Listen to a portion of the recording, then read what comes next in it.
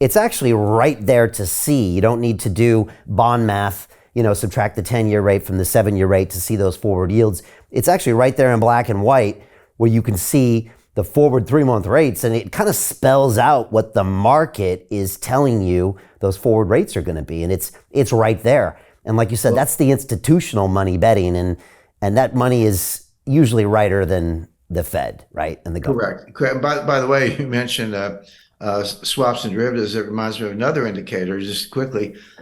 Swap rates are, we have negative swap rates. What does that mean?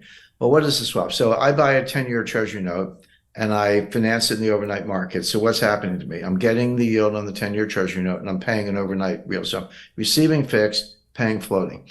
Well, sometime in the 80s, but certainly, in your experience in the 90s, in my experience, at some point somebody said, hey, why don't we get rid of the bond? Like, just pay fixed and receive floating. Who needs the bond? The bond's a piece of collateral, but we can have a contract. So that's a swap, a simple form of swap. So I do a swap with Deutsche Bank, and Deutsche Bank says, okay, Jim, I'll pay you the 10-year rate. You pay me the overnight rate. It's exactly the same as if you had the note and we're financing it in the repo market. Just receive fixed, pay floating. And that's a swap. Pardon me, but if you think of the credit risk, at least with the 10-year treasury note, I got the United States government behind me. If I'm doing a swap with, UBS, I got bank risk. I've got some credit risk in the bank. Credit Suisse just failed. So it's logical. It makes sense that the rate I get from UBS should be slightly higher than the treasury rate. The swap rate from a bank should be slightly higher than the comparable maturity of a government security, because the government security is slightly safer than a big bank. Well, right now, that's not true. UBS, or, I'm not picking on UBS, Barclays, anybody else in a swap, the rate I get is lower than I get from a 10-year treasury note. So why would I do that? Why would I take the poorer credit and take a lower rate instead of a higher rate? Well, the answer is the swap is off balance sheet, and the treasury note, if I own it, I got to put it on my balance sheet. So when you see negative swap rates, meaning the riskier credit is paying you less than the government credit, what it means is that the balance sheets are constrained. I got to do the off balance sheet trade because we can't use up the balance sheets. That's consistent with what we just talked about with the inverted yield curves, which is there's a major credit contraction. There's a collateral shortage, a dollar shortage, and a credit contraction. That's not a recipe for a recession. I don't know what it is. Wow, this is powerful stuff. And what I love it, Jim, is when you and I start talking like this, a lot of the audience, they understand more than I always think they will. They kind of get it. So many people now are way up the curve on this stuff.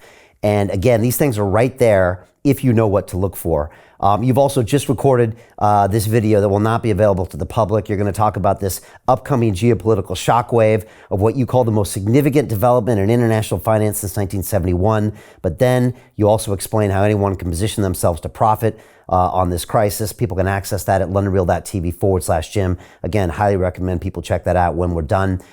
What's next, Jim? You've pointed the finger, I think, at the Biden administration for a lot of this recession. You have said that the president has drained our oil reserves more than any president in history. Obviously, this is ongoing war in Ukraine. How much of this is the president's fault? How much of it is its supply chain? And where are we currently at now? What are we, about 17 months before an election? Right.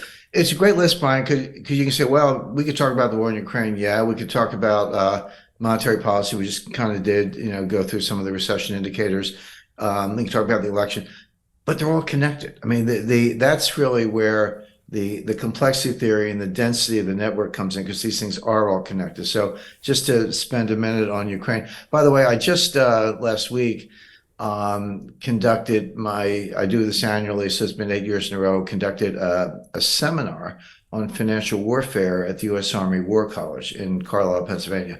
And it is at the Army War College, but there are people there from all branches. It's a very elite group, handpicked, about 12 students, mid-career officers, so they're kind of late 30s, early 40s, lieutenant colonels, and from all branches. So you get Marines, Army, Navy, Air Force, Marines, and a few civilians, State Department, and CIA, NSA, intelligence community. But it's a fun group, 12, 13. I look at the resumes, amazingly accomplished. They all have multiple master's degrees, the occasional PhD, speak 4 languages, been deployed from Iraq to, Colombia or wherever. But they've been handpicked as the future big brains. These are people 5 years from now, they'll be 3-star generals on the National Security Council, et cetera. So it's a fun class. And my topic is financial warfare, which is kind of like finance and warfare, which is what we're mashing up right now. But and I spent a lot of time talking about this whole BRICS thing, and we can talk about that if you like. Yeah. But I tell, in interviews like this, Brian, I always explain. I said, I didn't say anything in the U.S. Army War College that I'm not saying in this interview. It's not like I have a secret package for them and we do something else. So I just say the same thing. You can take it or leave it. You can agree or disagree. But it's a great group, very interactive. But I was talking about the Ukraine war, and I said, one of the most difficult things about this is getting reliable information. I said, in a war, everybody lies, so the U.S. lies. If you ask me what has surprised me about the war, the conduct of the war, the development hasn't really been a surprise. Russia was always going to win, just a question of how long, and it's tragic. But I'm surprised at how many warmongers there are in the UK. I'm not, France is they're mushy. Germany's between a rock and a hard place. Hungary is actually against the war. Italy, again, a little mushy. But and the U.S. has the warmongers. I know that. But starting with Boris Johnson and going to Rishi Sunak, I mean, they're more bloodthirsty than the Americans, and they're the ones providing the Challenger tanks, et cetera. I don't quite get it. I think all these Chamberlain, Churchill, Hitler metaphors fall down. I mean, I know history.